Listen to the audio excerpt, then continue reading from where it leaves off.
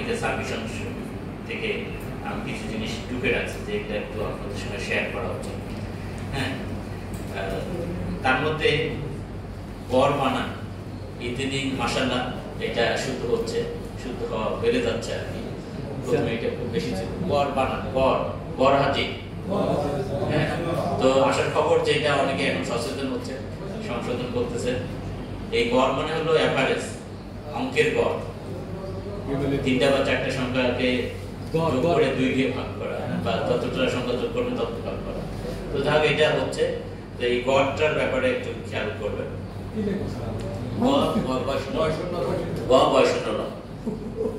দ্বিতীয় আরেকটা গুণ আমি যেটা দেখতে পাচ্ছি, এটা এখনো আছে, তবে কিছু কিছু বিজ্ঞ কৌশলী সংশোধন হচ্ছে। সেটা হলো আদালতের নাম। আমি যে কোর্টটা প্রিজাইড করি এখানে 2টা মানে সেগমেন্ট আছে, একটা হলো ডিস্ট্রিক্ট জাজ আর একটা হলো দায়রা জাজ, সেশন জাজ। তো আপনারা যখন ক্রিমিনাল মামলার ইন রেসপেক্ট অফ ক্রিমিনাল কেসে যখন মুভ করবেন, তখন আদালতের নাম অবশ্যই হবে দায়রা জজ, দায়রা জজ। আর যখন সিভিল ম্যাটারে ডিল করবেন, আপনার অ্যাপ্লিকেশন দেবেন বা আপিল করবেন, তখন হবে জেলা জজ। হ্যাঁ, আর মুকাম আপনারা লিখতে পারেন, এটা আপনাদের ঐতিহ্য। মুকাম বলতে স্থানকে বোঝায় আর কি। হ্যাঁ, যেমন তামাক আবাদ হয় রংপুরে, আর এর মুকাম হলো ভৈরবে। মুকামটা হইল যে ওইখানে ব্যবসা হয়, আবাদ হয় রংপুরে, ব্যবসাটা হয়। তো সেই সেন্সে হয়তো আগের মুরব্বীরা এটা লিখছে যে এখানে গেলে বিচার পাওয়া যায়, বিচারের স্থান বলতে মুকাম। তো তাই এটা আমাদের ঐতিহ্যের অংশ, আপনার লিখলে আমার আপত্তি নাই আর কি। তবে আমাদের যেমন order 7 rule 1, order 7 rule 1 civil মামলার ক্ষেত্রে আর্জি তৈরির ক্ষেত্রে ওইখানে পার্টিকুলার্স অফ ক্লেম দেওয়া আছে, যে একটা আর্জিতে কি কি জিনিস থাকতে হবে। সেখানে বলা হচ্ছে শুধু নেম অফ দ্য কোর্ট দেওয়া হয়েছে, এখানে আর কিছু দরকার নেই। আর আদালত কখনো বিজ্ঞ হয় না, বিজ্ঞ হয় প্রিজাইডিং অফিসার, যিনি প্রিজাইড করেন, তাকে হয়তো আপনি বিজ্ঞ বলতে পারেন। কিন্তু বিজ্ঞ দায়রা জজ আদালত বা বিজ্ঞ জেলা জজ আদালত এটা পরিহার করতে পারেন। হ্যাঁ, আপনি যখন পার্সোনালি স্ট্যান্ডিং বিফোরে জাজ, তাকে হয়তো আপনি অ্যাজ এ বিজ্ঞ হিসেবে অ্যাড্রেস করতে পারেন যদি করতে চান। আর আপিল মামলাগুলো যেগুলো লেখেন, বিশেষ করে ক্রিমিনাল আপিল, এখানে আমি দেখতে হাজতে আসামি লেখা থাকে। এটা হাজত না, অলরেডি কনভিক্ট হয়েছে এবং সেন্টেন্স হয়ে গেছে, এতে লিখতে হবে দণ্ডিত কারারুদ্ধ, এই ধরনের কিছু আর কি। হাজতি লেখা সঠিক হবে না, কারণ তিনি আর এখন হাজতে নেই। হাজত হলো যখন আফটার অ্যারেস্ট, যখন প্রডিউস করা হয়, যখন মামলা শুরুতে, যখন বিফোর জাজমেন্ট হয়, তখন হয়তো আপনি হাজতে লিখতে পারেন।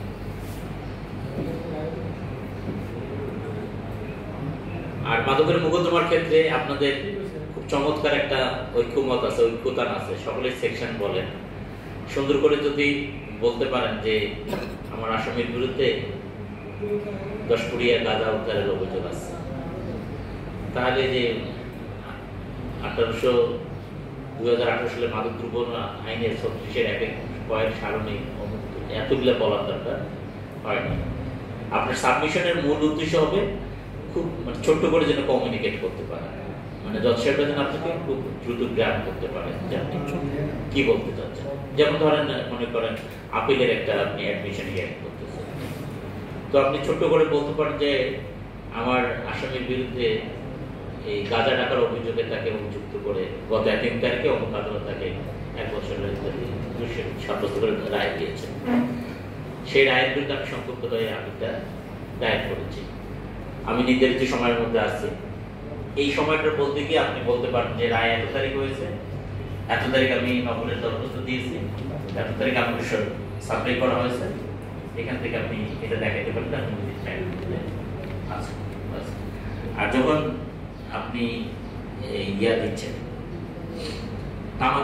তামাদিটি নিয়ে প্রায় কথা হয়, বিষয়ে আগে যেহেতু রেগুলার দেখেন, আপনি যখন তামাদিতে বাড়িতে হওয়ার কথা বলছেন, তখন আপনাকে এভরিডে ডিলে এক্সপ্লেইন করতে হবে এবং এটা অ্যাকসেপ্টেবল একটা গ্রাউন্ড দিতে হবে। এটা হেলাফেলার কোনো বিষয় না। আপনি যখন বলবেন যে আমার 280 দিনের তামাদিটা আছে, আমি নির্ধারিত সময়ের মধ্যে আসতে পারি, তাহলে এটা খুব চমৎকারভাবে বলতে হবে যে আপনি কেন উইদিন টাইমের মধ্যে 60 দিনের মধ্যে আপিলটা ফাইল করতে পারেননি। এবং আইনজীবীর কাজ কিন্তু হলো to make the fact believable, ফ্যাক্টসকে কত সুন্দরভাবে আপনি টুইস্ট করতে পারেন, এটা একটা দক্ষ আইনজীবীর কাজ। ভালো এবং দক্ষ আইনজীবী হতে হবে। ভালো বলতে আমি এখানে তার আচরণটা বোঝাচ্ছি, আর দক্ষতা হলো তার মানে লিগাল সাইডটা, লিগাল অ্যাসপেক্টটা। ভালো কোনটা করবেন, আপনি আপনার সহ আইনজীবী যারা আছে, কলিগ আছে, তাদের সঙ্গে চমৎকার ওয়ার্কিং রিলেশন মেনটেন করবেন। নানা কারণে, রাজনৈতিক কারণে, নানা কারণে আপনাদের কারোর প্রতি কিছুটা ডিসলাইক থাকতে পারে, তাই আপনি সম্পর্ক খারাপ করা যাবে না। আপনি যখনই একজনের সঙ্গে সম্পর্ক খারাপ করবেন, ওই ব্যক্তি আপনাকে প্রতি মুহূর্তে পচানোর চেষ্টা করবে, যখনই সুযোগ পাবে আপনার বিরুদ্ধে বলবে। তো মানুষের সঙ্গে সম্পর্ক খারাপ করা এটা কোনো কাজের কাজ নয়, কোনো কাজের কাজ নয় এটা। এখন নতুন ভাবে বলা হচ্ছে মেইনটেনিং পার্সোনাল রিলেশনের স্কিল। মানুষদের নানা ধরনের স্কিল থাকতে পারে, যেমন আপনি আইনজীবী, এটা আপনার স্কিল, আপনি বিরোধ মীমাংসায় আদালতকে অ্যাসিস্ট করেন, এটা আপনার স্কিল। তেমনি মানুষের সঙ্গে চমৎকার সম্পর্ক রক্ষা করে চলা, এটা এখন স্কিলের পর্যায়ে ধরা হয়। তো আইনজীবী যারা আছেন বিজ্ঞ কৌশলীরা, আপনার মানে কলিগ যারা আছে তাদের সঙ্গে খুব চমৎকার রিলেশন মেনটেন করে চলতে পারেন। তারপরে নানা কারণে আপনার ডিসলাইক হতে পারে, কিন্তু সেটা বুঝতে না দেওয়া, এড়িয়ে চলা। ঠিক একইভাবে কোর্টের স্টাফদের সঙ্গে বিরোধে না জড়ানো।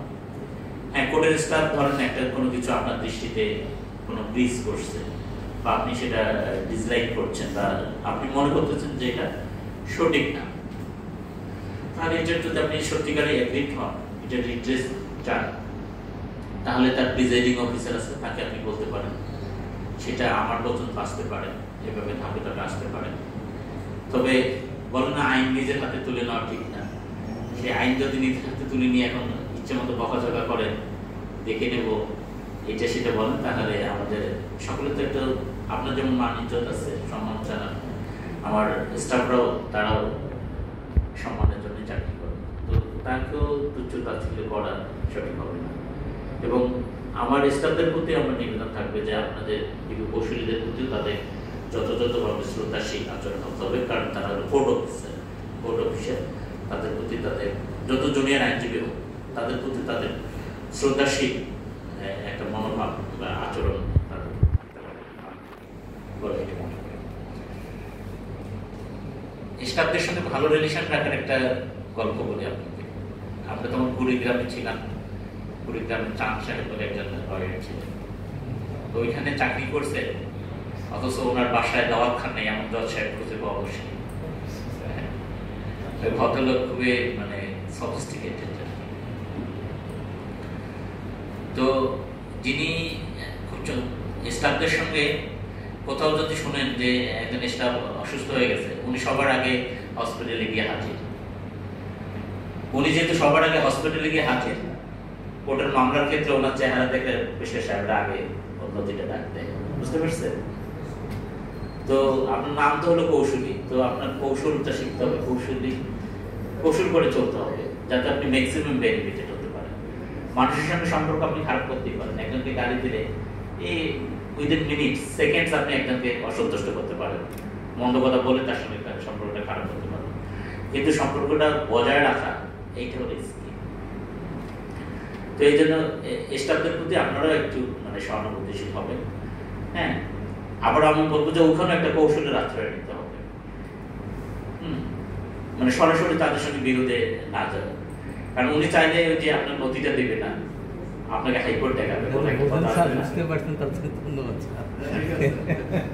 নথি রাজনীতি পরে ডাকবে, আপনাকে 2 ঘন্টা বসে ডাকবে, তো আপনি যত রাগারাগি করবেন, তত ডিসাইড করতে থাকবেন। ওই যে বলেন না, মরিয়া কানুনগিরি প্রমাণ করছে সে মরে নাই। একজন নতুন করে যখন জজ সাহেব জয়েন করে, যে স্টাফদের সঙ্গে আপনি খারাপ আচরণ করছেন, সে জজ সাহেবকে বলতে স্যার লোকটা খুব খারাপ, খালি ঝামেলা করেছে, আপনি 6 মাস পিছিয়ে গেলেন। এখন 6 মাস যাবত জজ সাহেব আপনার ব্যাপারে খুব কনসাস থাকবে, তারপর ভাববে যে না লোকটা তো ভালো বলছে কেন এরকম, হ্যাঁ। কিন্তু 6 মাস যাবত আপনাকে মরিয়া প্রমাণ করতে হবে কাদম্বিনী মডেল, বুঝতে পারছেন? আর দক্ষতার ব্যাপারে বলি, সেটা হলো আপনি তো আইন প্রফেশনে আসছেন, নিশ্চয়ই আপনি ভালোবাসেন প্রফেশনটাকে। প্রত্যেকটা মানুষ চায় সম্মানিত হওয়া, প্রত্যেকটা মানুষ সুনাম চায়, দক্ষতা অর্জন করতে চায়, অনেক আয় করতে চায়। তা আমাদের এই যে চাওয়াগুলা, এগুলো তো পাওয়াতে পরিণত করতে হবে। এই চাওয়াটাকে পাওয়াতে পরিণত করার জন্য আমাদের আসলে প্রতিনিয়ত কিছু না কিছু আইন শিখতে হবে। বিশেষ করে জুনিয়র থেকে আমি বলবো, সিনিয়র লয়াররা অনেক ইনকাম করেন, এটা দেখে তোমরা হয়তো অনেক কষ্ট পাবা, কিন্তু উনি এই পর্যন্ত আসতে তার অনেক কাঠখড় পোড়াতে হয়েছে। তো এটা সহজে হয়নি। জুনিয়রদেরও ঠিক এই অবস্থা হবে, কিন্তু তাকে এখন অল্প সময় বেশি পরিশ্রম করতে হবে। এখন একজন সিনিয়র 40 বছর বয়সে গাড়ি বাড়ি মেনটেন করতেছেন, আপনার খেয়াল করতে হবে বা টার্গেট থাকতে হবে আপনি যেন 20 বছরে সেটা পান। আর এর জন্য কি দরকার? পড়াশোনা করা দরকার। কারণ আপনি যে প্রফেশনে আসছেন, ভালোবেসে আসছেন, তাহলে আপনি নিজেকে কেন ভালোবাসবেন? আপনি নিজেকে ভালোবাসার অর্থ হলো যে আপনাকে পড়াশোনা করতে হবে। পড়াশোনার কোনো বিকল্প নাই, কোনো সিনিয়র লাগবে না, আপনাকে যারা করার জন্য কোনো সিনিয়র লাগবে না।